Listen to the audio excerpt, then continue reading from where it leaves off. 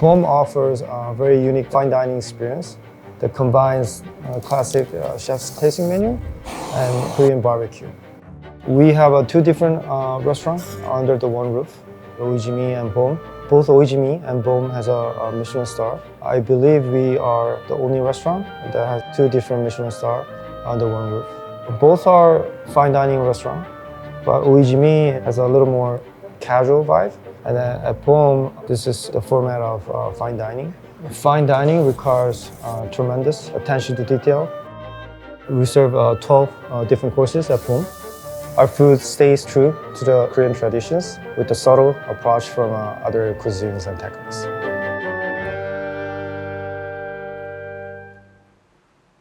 What's up, Andrew?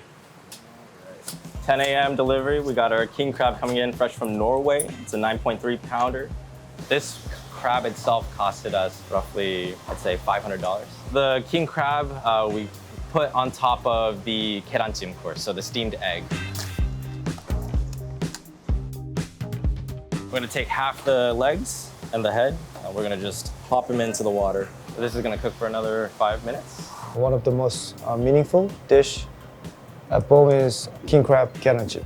This dish is an elevated version on my comfort food that my mother used to cook for me during my childhood. And then we also have something else that's going on as well at the same time. This is going to be takanoko, the bamboo. This goes inside of the gyeran-jjim, of course, with the crab. So there's gonna be mushrooms and bamboo shoot with the steamed egg and the enriched anchovy broth. Believe it or not, bamboo shoot is not often known to be extremely toxic. If you eat it raw, it will cause like a crazy rash. It feels like needles poking into your throat. I had tried it when I was a little bit younger, and then for hours, I just felt like I was having a crazy allergic reaction inside my throat, but I still had to work service all day. Now the crab is done. So Lois right here is now breaking down the crab that we just cooked off earlier. She's snipping at every single joint on the crab leg. And from there, we can separate each segment of the leg. Starting at the lump meat, it's gonna be used for primarily the sauce. And then afterwards, we'll use these thigh portions for segments to display on top of the dish. It's really easy to mess this up because the scissors can just cut inside the meat. So you have to kind of be careful when you're doing it. At the bottom, there's Japanese-style gyeran-jjim. At the center, there is a Korean-style anchovy broth seasoned with doenjang, which is a Chinese spicy chili bean sauce, and also thickened with potato starch, which is also Chinese cooking technique. And at the top, there's a French-style egg white meringue that transforms into fluffy, soft foam when it's cooked with the heat from the broth.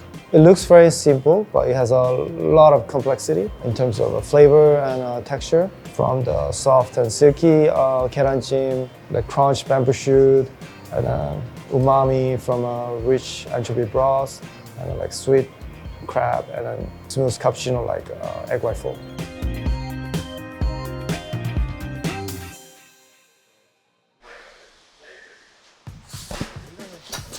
So now the tuna and uni just came in. Nobu from Yama is dropping it off. We ordered about 8 pounds of tuna. I think it was like 15, but yeah. 15. Yeah, and then also we ordered 20 trays of uni. The uni is between both Oiji Mi and Boom, and we use it in separate, different applications. Yeah. We're gonna have around like 20 trays of sea urchin, and then we're gonna taste every single trace. This amount of uni right here is about $3,200. I mean, and your testing cost is very expensive too. The taste test alone must cost $75 to $100 just to quality control it. We are probably the restaurant that uses the most uni in New York City, according to Purveyor. They are mostly used in Oiji Mi. We have a very famous menu that utilize sea urchin. At Boom, we utilize sea urchin as a garnish for the Tenderloin dish. My responsibility at this restaurant is ensuring the quality control. The best way to ensuring quality control is tasting. Yeah, everything tasted great, so now we're gonna put it on some ice and put it in our walk-in. So this is our Gamtae seaweed. It comes from the cleanest waters of Korea. This is in preparation for the first course of our menu. They're harvested during the coldest winter months from December to March. And they're harvested by hand and threaded into long spools to make these delicate sheets. He punches out perfect circles with the ring mold to make our shells for our tuna dish. And we use a little mixture of potato starch, a little water, brush them on very lightly, and then use a ring mold and dipped into a fryer to get them nice and crispy. It's our version of a nice surf and turf. These are the popular and trendy Croustade shells. They're very light and delicate, and these Croustades are a great vessel for the Korean pear pesuk. So we have one version that's the original version, and then the second one we put a little squid ink in there. We prime these iron tin balls in the fryer oil to get them nice and hot, and then a quick dip into the Croustade batter. So we arrange them upside down to let the excess oil drip down, and then we put them in the dehydrator, and they'll hold very crispy until service time. So this is the bluefin tuna that we received this morning from Yama. And we're going to clean this up and get it ready for the Gamtae shells that we were making this morning. For our application over here, for the Gamtae taco, we actually prefer to use the leaner part of the tuna. It has a more desirable texture that we're looking for. We'll cut the tuna, we portion them out into saku blocks, and then we will dice the blocks per day that we need for service. And we're going to marinate it in our soy sauce, and it'll give a good flavor to the tuna and also enhance the texture of it as well.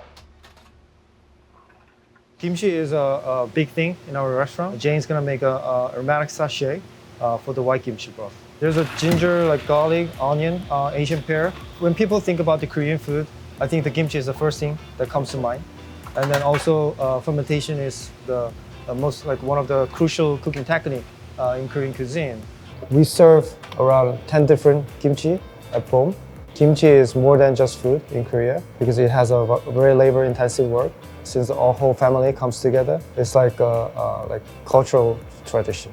So we are squeezing this to the water to extract the subtle flavor. There are different types of white kimchi, but we want to make it really exceptionally clean. So we gotta be careful about squeezing this. If you squeeze strong, it's gonna be overpowered, and the broth can be cloudy.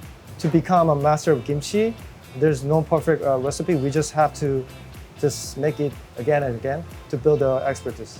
I mean, chefs should know how to make a kimchi. We cannot just buy from others. It's kind of like pride as a chef. We just added the mustard leaf in between the layers to give a little more crisp flavor.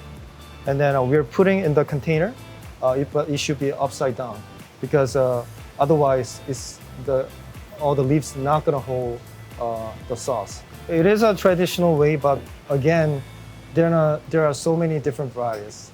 It's like every home has a different style of making kimchi. This is a North Korean Napa cabbage kimchi. It involves less chili powder, but it incorporates a lot of seafood. So instead of using fermented shrimp paste, we use fermented bellfish sauce. So it has a deep umami. As you mix all the seasoning with all the condiments like pears and radish, the color looks more beautiful and radish. Since we use a lot of aromatics, garlic, onion, ginger, and the other fermented sauce, like bellfish sauce, the beginning it smells really strong and sharp. But as the process goes down and slowly fermentation is developed and deepened over time, the smell is gonna be still funky but tastes very smooth, but still have a lot of umami in there. We can serve as it is. We can utilize for making sauce. It could be sliced and chopped and used for sub, condiment, or ingredient for the main item. I feel like I have a secret weapon for cooking. So we are applying the kimchi seasoning of each layer of cabbage so that kimchi seasoning is absorbed to each layer and has a rich flavor. But we don't want to go crazy applying the amount of the kimchi seasoning, then it's going to be very overpowering. This is going to be aged for 2 months, at least 2 months to 6 months. Although this is a completely sealed container, we want to wrap it again to make sure there's no air contact again, because the air is enemy of kimchi. Okay.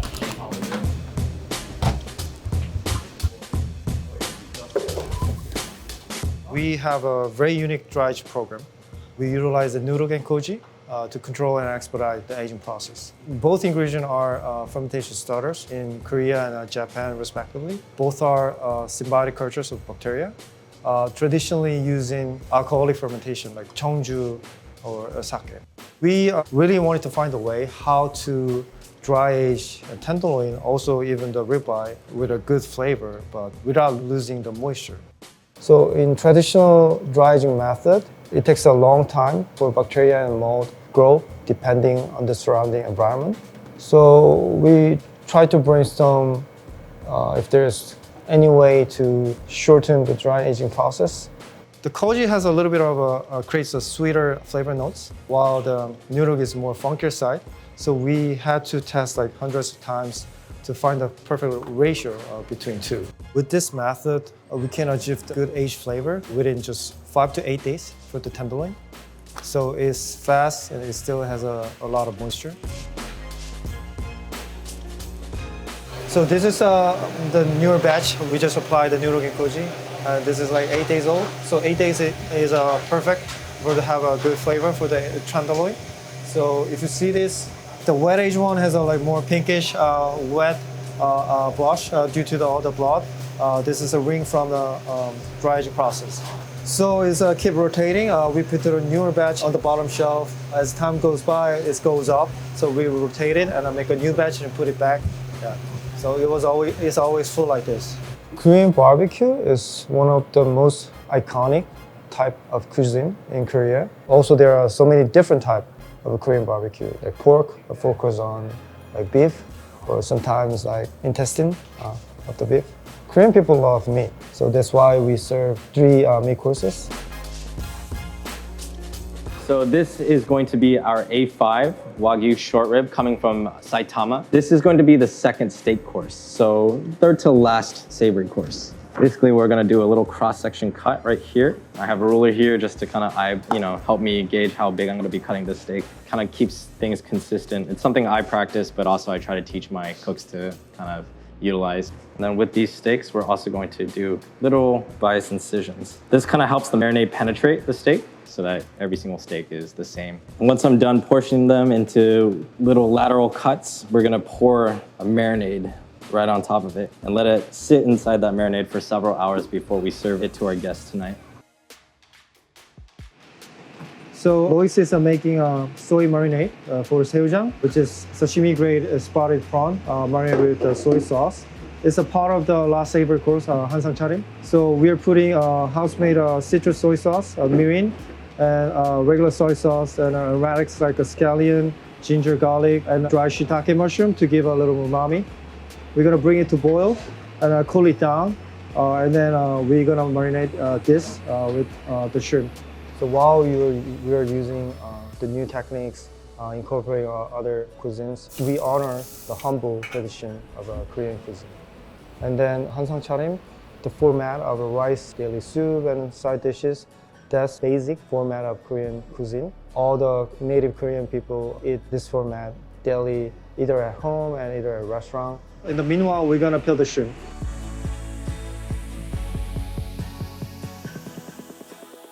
So the soy marinade is cooled down. So we're pouring over the shrimp, and then we're gonna marinate for 1 day. So we have 7 different things in Hansang Charim. We serve sashimi, spotted prawn, marinated in house-made soy sauce. One is black truffle mushroom rice. We're gonna make a black truffle rice in a very traditional way, in a cast iron pot. We serve different rice daily. At this time, we serve a black truffle mushroom. So after we bring it to boil, we put a black truffle mushroom in it. The electric rice cooker is good, but we still love it because we can control it and personally think the texture is like far better. So Hansang Charim is table well prepared food. Actually, it includes a rice, a soup, and several side dishes. And this is what most of the Korean eat daily at home. So it's 3 o'clock now. Things are ramping up. We're about to kind of get ready for service within 2 hours. Doors open for Oiji Mi at 5 o'clock and 5:30 for Boom. Pretty soon, in about an hour and a half, we're gonna get all the tastings out too, and we're gonna see all the food coming out. At 4:15, we have an official tasting time that brings all the completed food from Oiji Mi and Boom, and we all taste together and then make sure everything is perfectly prepared. Or if there's any mistakes, we have to fix it. So now this is kind of like the critical moment for Oiji Mi and Boom. We're an hour out for service. Everything you will see here will be for both Boom and Oiji Mi. We do tastings every day, so I'm sure guests thoroughly enjoy all of our food, and everybody works really hard making the food. But tasting the food and being critical of the food makes you so cynical. I see other restaurants do a lot of tasting for all the ingredients, but not the complete dishes. The reason why I bring out all the complete dishes, we are not only checking the flavor or seasoning, but we also want to see all our line cooks and chefs are doing the proper way in our presentation too. It costs a lot of money to bring all the complete dish, but for the quality control, I think this is a must, and we have to invest the money for this. How's the bass today? The seasoning is good. It's okay? It's a little bland. A little bland?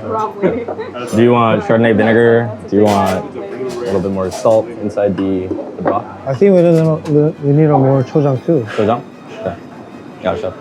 It looks like everything's pretty good. There's just a couple tweaks that we need to make for this tasting so far, but overall, pretty solid. All right, we're just about done. Now we're gonna clean this up and get ready for service.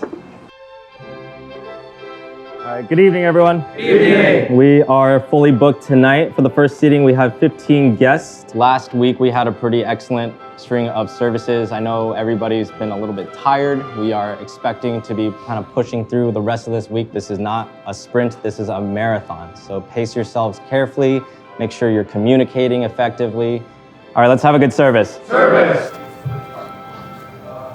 Hello, welcome into Boom. How are we doing tonight?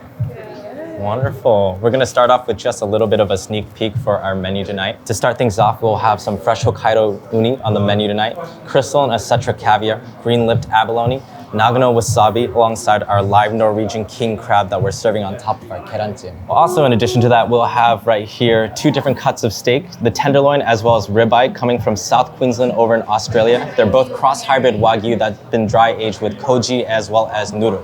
But everything you see in front of you will be served to you tonight, and we'll begin shortly. Our first course is Amuse Trio, 3 different type of small bites. First one is Bluefin tuna with a foie gras in a Gamtae seaweed shell. The second Amuse is Croustade with whipped tofu and pesuk, which is Korean pear, served with etc. caviar. And third one is another Croustade with egg salad with the smoked truffle. First course is really important. It's the first impression of the restaurant and also important course to open the palate for the customers. We wanted to offer the food in a unique way. So I discussed with our ceramic designer how we can make something very different and unique. And then we came with the idea with the Russian dough. So everything is stacked. And then when we serve the guests, it will like take apart. It's kind of a surprise to the guests.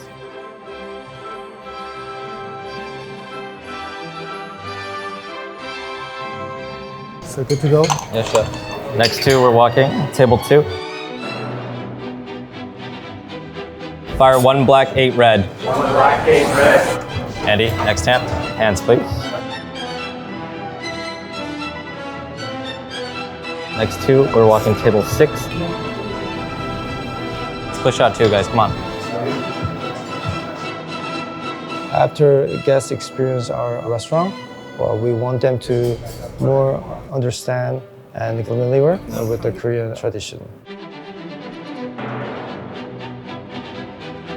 Food-wise, I really want them to know more about the Korean food and appreciate the Korean cuisine.